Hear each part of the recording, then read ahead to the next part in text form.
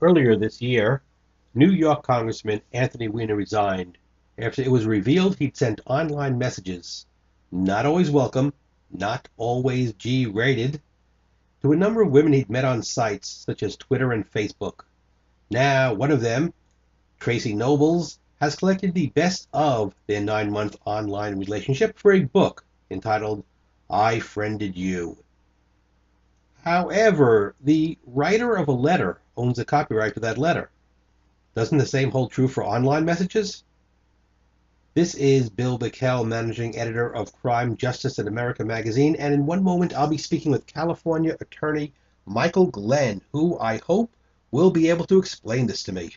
With California patent attorney Michael Glenn. The question is, Tracy Nobles, one of the women with whom Anthony Weiner texted and apparently sexted, has put together a collection of messages he sent her and is publishing them in a book called I Friended You. What confuses me about this, other than why anybody really cares, is that I thought the letters and our other correspondence is automatically copyrighted by the writer, and the recipient has no legal right to redistribute it. Are the laws different for email and other online communications, or am I just missing something here? Well, the fact that the emails could be considered in a tangible medium, under the copyright law, that would mean that copyright would apply to them. Tangible medium means it's fixed in any permanent form, and on a computer would be permanent. Emails are in a server. That's a tangible medium. I think there could be a basis, though, because there are some exceptions in the copyright law. They're referred to as fair use exceptions, and there's just a few of them, and they're pretty well understood. But if we looked at the use here of these emails, you could basically make fair use for parody purposes. I don't think that she's actually parodying the situation, while one might. No, she's really just collecting a book's worth of. He must have had a lot to say to her. She's just collecting an entire book's worth of excerpts from his messages. No. So I don't know. No, but there's for critical purposes. So you're going to critique a work, and you take a portion of the work as an example that you're going to use for critiquing. Again, that wouldn't apply here. There are other uses that you could make of it. There's educational purposes, similar to the critiquing purposes. So I don't know that there are any of the fair use exceptions that would clearly apply here. So I find it kind of interesting. And maybe there's some sort of sense that because it's newsworthy, or maybe there's a sense that because he texted it to her, the fact that he sent it over a public medium to her, that somehow or another he gave her a license to make use of it, impliedly. That seems inconsistent with the law, because a license is typically granted in writing. Does this seem like just a case where the law has not caught up to technology? Well, I mean, when I understood this was the topic, I was scratching my head a little bit. My view is that the technology doesn't typically make that much difference in the law.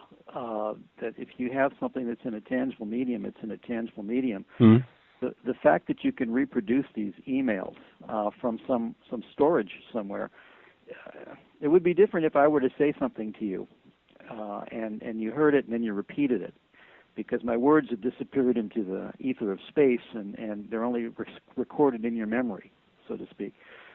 But here they're recorded on servers that are situated throughout the country, and so they are in a tangible medium. So it seems to me that if he wrote them, then that's a work of authorship on his part. It contains his expression, and it wasn't a work for hire. She didn't hire him to do the work. They didn't have an understanding in writing that she would get any rights in those works, unless she can argue that the fact that he sent it to her was he gave it to her through the act of sending it to her. Well, that wouldn't be any different from a paper letter. Then you could make the same argument, but of course that's not the way the law works on that. Exactly right. Right. So I kind of think that the legal crew over at the publisher has been tasked to figure out a way that they can do that. there's also the issue of privacy, of course. Weiner's concern with privacy, I think, is not a very good one because he's a public figure. Of So course, he loses yeah. out of that.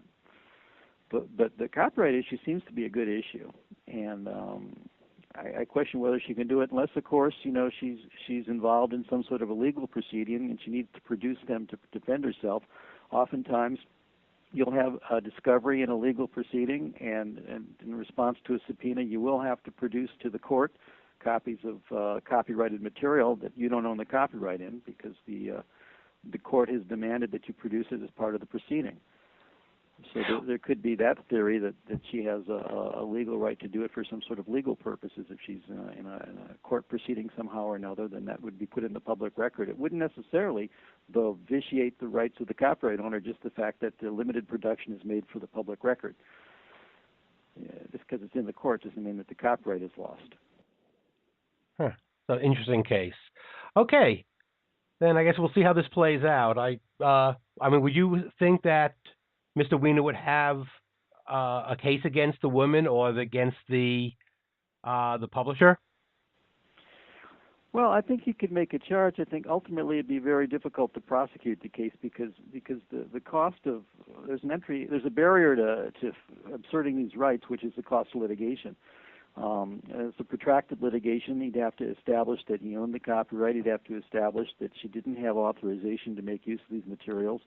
I would question that some of these materials might be a two-way transcript. For example, if I am having a texting conversation with you, a chat, for example, you are contributing to the chat and I am contributing to the chat, and the transcript really has both of our expressions.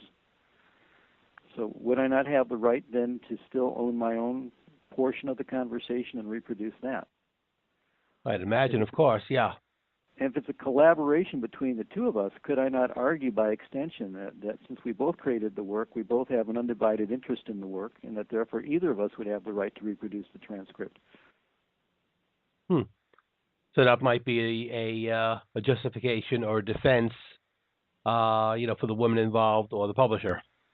Well, I think given your question about the technology, which is an interesting question, this differs from an exchange of letters, and then a letter is a complete work in and of itself. But a chat transcript is really a collaboration. And maybe that's the basis for her doing this. Huh. Okay, I think that answers the question then. Okay. Thanks a lot for your time. You're welcome. Nice talking to you. Goodbye.